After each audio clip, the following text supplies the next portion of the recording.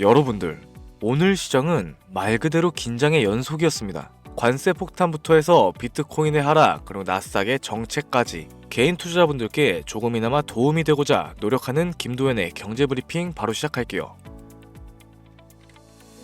일단 미국은 중국산 수입품의 100%가 넘는 104%네요.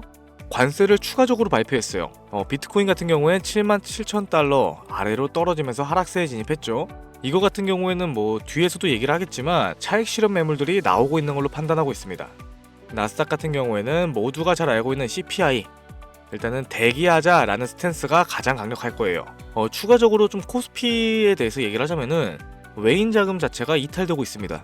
암호화폐, 알트코인 중에는 이제 리플 소송과 관련하여 밈코인들 이쪽으로 묘한 기류가 좀 흐르고 있죠. 일단 전체적으로 살펴볼 건데 해당 영상은 4월 9일 기준으로 분석했습니다.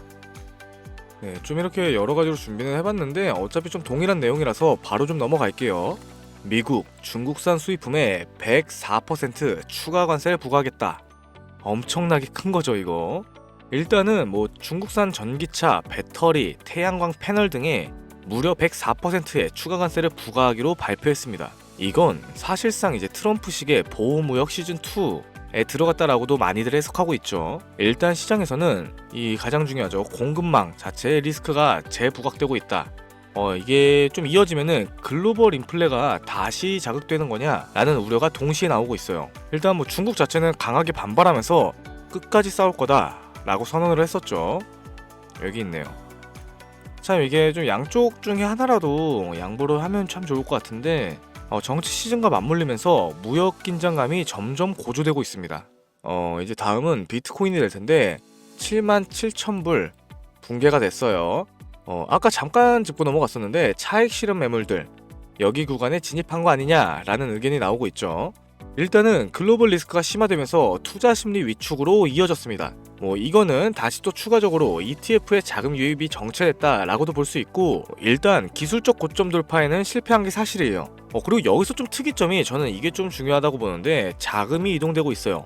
일부 자금들이 밈코인 시장으로 이동을 하고 있는데 이 말은 즉슨 비트코인에서 나온 차익 실현 매물들이 여기로 이동하는 거 아니냐라고 해석할 수 있겠죠. 일단 장세 전환 모두가 엄청나게 간절하게 기도했던 것도 맞아요. 알트코인 들고 계신 분들 많잖아요.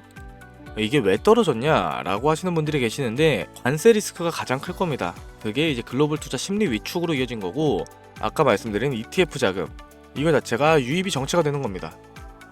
고점 매도 구간에 진입했다라는 시그널 자체가 너무 강하다 보니까 이렇게 좀 빠지는 모습을 보여주는 거고, 그리고 최근에 밈코인들이 다시 꿈틀대는 모습을 보여줘가지고 거기로 좀 이동이 되면서 이러한 그림이 나오지 않았나 라고 좀 판단을 하고 있고요. 다음으로 좀 넘어가서 우리의 코스피, 참 이게 금쪽이죠, 금쪽이.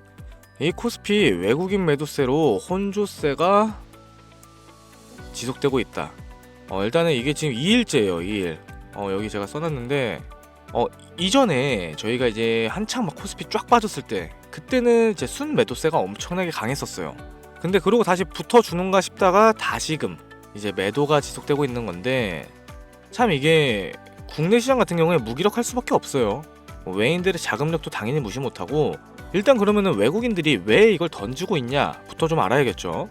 가장 중요한 거는 무역 리스크와 이제 CPI 발표가 되겠죠. 이제 내일 기준으로, 영상 찍는 기준으로 했을 때 내일 10일에 이제 CPI 발표를 합니다.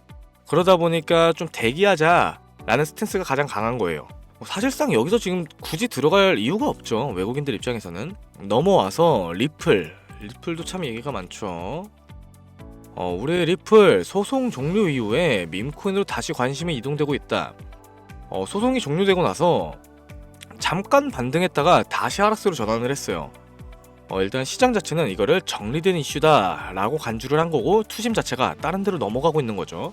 그럼 그 돈들이 어디로 가냐 라고 했을 때 밈코인들, 특히나 솔라나 밈코인들, 이게 1000% 넘는 상승률을 보여줬습니다. 이게 어느 정도 규모가 있는 친구들 말고 개당 1원도 안 하는 이런 신생 코인들 있잖아요.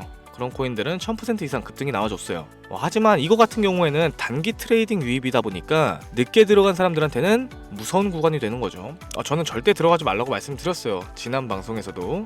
그렇다고 하면은 리플은 어떻게 될 것이냐? 아직까지는 조정 국면입니다.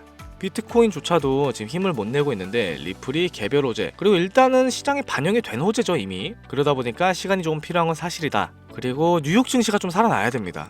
뉴욕 증시가 살아나야 되는데 여기 보시면은 나스닥 혼조 속에 CPI 관망세, 아까 말씀드린 10일날 CPI 소비자 물가 지수죠. 뭐 일단은 나스닥 같은 경우에는 뚜렷하게 방향을 보여주지 않았어요. 혼조세의 모습을 보여줬는데 기술주들은 관세 이슈에 민감하게 반응을 하다 보니까 당연히 요동칠 수밖에 없고, 투자자들은 내일 발표되는 이제 미국 CPI 소비자 물가 지수를 주시하고 있죠. CPI 결과에 따라서 연준의 금리 태도가 달라질 수 있습니다. 그러다 보니까 지금 시장은 뭐 아니면 도가 아니라 확실해질 때까지 대기해라, 이게 정답이 되겠죠. 뭐 일단 핵심적인 부분에서 요약을 하자면은 이겁니다. 큰 돈은 움직이지 않는다. 아직은 대기 혹은 베팅 갈림길이다. 일단 저는 지난 라이브에서도 누차 좀 말씀을 드렸었는데 저는 대기에 한 표를 던지는 사람입니다. 여기서 베팅을 해봤자 뭐 일확천금 이렇게 버는 거 아니잖아요. 굳이 리스크를 크게 가져가지 말자 라는 마인드고, 일단 새벽에 CPI 발표가 있습니다. 현물 같은 경우에는 시장 조금만 더 지켜봅시다. 제가 어차피 추가적으로 종목 같은 부분에서는 리스크 그나마 적은 거 이런 쪽으로 안내를 해드리고 있잖아요. 그러다 보니까 일단은 지켜보자. 아마 지금 제 시청자분들 잘 따라오고 계시는 분들이 70%가 현금 관망이에요. 이거 너무 잘해주고 계시고, 일단 예상보다 낮게 나오면 시장은 급반등을 할 겁니다. 반대로 당연히 높게 나오면 긴축 불안에 시달리게 되겠죠. 이 흐름 자체를 놓치면 안 됩니다. 참 이게 투자가 쉽지가 않습니다. 지금 정책적으로도 그렇고 지금 우리나라도 이거 영상에서 말하면 안 될 것 같은데 그 좀 변화가 있었잖아요 정치적으로. 그러다 보니까 이제 정치 테마주들 쪽으로만 좀 쏠리는 것 같고, 이제 내일도 이제 이슈 브리핑으로 정확하게 좀 짚어드리도록 할게요. 좋아요와 구독, 알림 설정까지 눌러주시면 너무 감사하겠습니다. 언제나 개인 투자자들을 위한 김도현의 경제 브리핑이 되겠습니다. 감사합니다.